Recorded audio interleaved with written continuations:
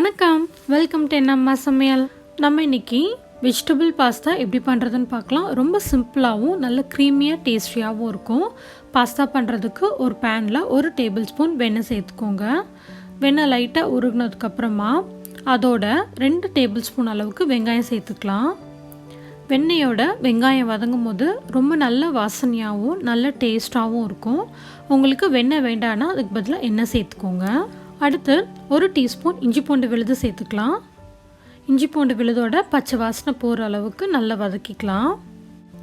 நம்ம இன்றைக்கி பண்ண போகிற பாஸ்தா தனியாக வேக வச்செல்லாம் எடுக்க தேவையில்லை. இதே கடாயில் பாஸ்தாவையும் சேர்த்து வேக வச்சுக்க போகிறோம். ரொம்ப ஈஸியாக பண்ணிடலாம்.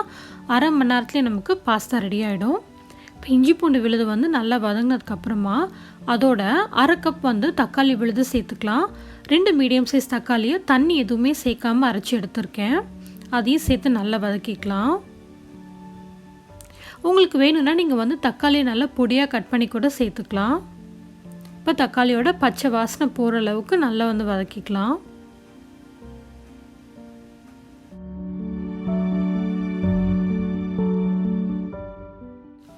இப்போ தக்காளி நல்லா வதங்கிட்டே இருக்குது. தக்காளியெல்லாம் வதங்கி நல்லா தண்ணியெல்லாம் சுண்டினதுக்கப்புறமா அதோட காயெல்லாம் சேர்த்துக்கலாம்.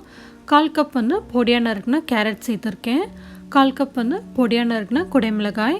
அப்புறம் 1/4 கப் பட்டாணி சேர்த்துக்கலாம்.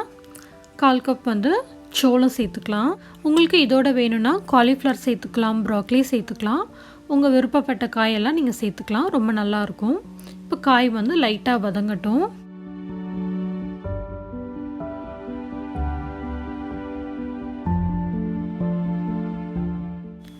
இப்போ காய் லைட்டாக வதங்கினதுக்கப்புறமா இதோட நம்ம பாஸ்தாவுக்கு தேவையான அளவு உப்பு சேர்த்துக்கலாம்.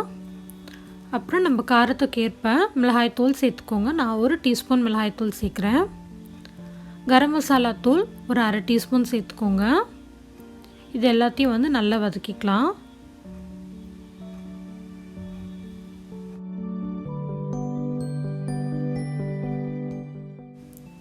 அடுத்து 1 கப் பாஸ்தா சேர்த்துக்கலாம். நான் இன்றைக்கி பெண்ணே பாஸ்தா சேர்க்குறேன். உங்களுக்கு எந்த பாஸ்தா வேணுமோ நீங்கள் சேர்த்துக்கோங்க. இப்போ இதுவும் மசாலாவோடு நல்லா வதக்கிக்கலாம்.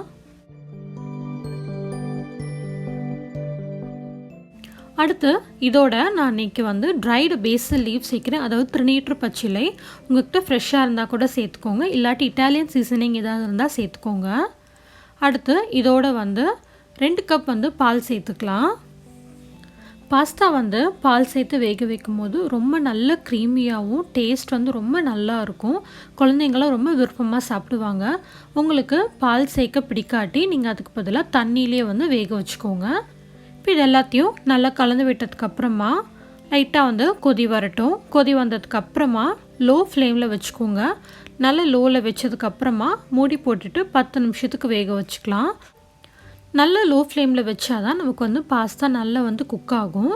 உங்களுக்கு அடி பிடிக்கிற மாதிரி இருந்தால் அப்பப்போ திறந்து விட்டு கறி விட்டுக்கோங்க. ஆனால் நல்ல லோ ஃப்ளேமில் வச்சிங்கன்னா அடி பிடிக்காது. நல்லா சூப்பராக சாஃப்டாக வெந்து வரும் நமக்கு. இப்போ 10 நிமிஷம் ஆகிடுச்சு. திறந்து பார்க்கலாம். பார்த்திங்களா, நல்லா பாஸ்தா வெந்திருக்கு. அடி பிடிக்கவே இல்லை. இப்போ இது எல்லாத்தையும் நல்லா கலந்து விட்டதுக்கப்புறமா இதோட 1 கப் தண்ணி சேர்த்துக்கலாம். தண்ணி சேர்த்துட்டு நல்லா கலந்ததுக்கப்புறமா மூடி வச்சுட்டு 10 நிமிஷத்துக்கு லோ ஃப்ளேமில் வச்சு வேக வச்சுக்கலாம். உங்களுக்கு வேணும்னா நீங்கள் பால் சேர்த்து வேக வைக்கும் போதே அதோட 1 கப் தண்ணியும் சேர்த்துட்டு மொத்தமாக 20 நிமிஷத்துக்கு லோ ஃப்ளேமில் வச்சு வேக வச்சுக்கோங்க. இப்போ இந்த பாஸ்தா 10 நிமிஷத்துக்கு வேகட்டும். 10 நிமிஷம் கழித்து பார்த்தோன்னா ரொம்ப நல்லா சாஃப்டாக சூப்பராக வெந்து வந்திருக்கு. இப்போ இது எல்லாத்தையும் நல்லா கலந்து விட்டுடலாம். நல்லா க்ரீமியாக டேஸ்டியாக ரொம்ப நல்ல வாசனையாகவும் இருக்குது. இதோட கொஞ்சமாக துருவின மொசரெல்லா சீஸ் சேர்த்துக்கோங்க. உங்களுக்கு சீஸ் வேணும்னா சேர்த்துக்கோங்க. ஆனால் குழந்தைங்களுக்கெலாம் கொடுக்கும்போது சீஸோடு கொடுத்திங்கன்னா ரொம்ப நல்ல விருப்பமாக சாப்பிடுவாங்க. இப்போ இதை மூடி போட்டுட்டு 2 நிமிஷத்துக்கு மீடியம் ஃப்ளேமில் வச்சுக்கோங்க. அப்போ தான் நமக்கு சீஸ் நல்லா மெல்ட் ஆகும். 2 நிமிஷம் கழித்து திறந்து பார்த்தோன்னா ரொம்ப சூப்பரான பாஸ்தா ரெடி ஆகிடும். நீங்களும் இந்த சுவையான பாஸ்தாவை செஞ்சு பாருங்கள். இந்த வீடியோ பிடிச்சிருந்ததுன்னா ஒரு லைக் பண்ணுங்கள். அம்மா சமையலை சப்ஸ்கிரைப் பண்ணிக்கோங்க. தேங்க்ஸ் ஃபார் வாட்சிங்.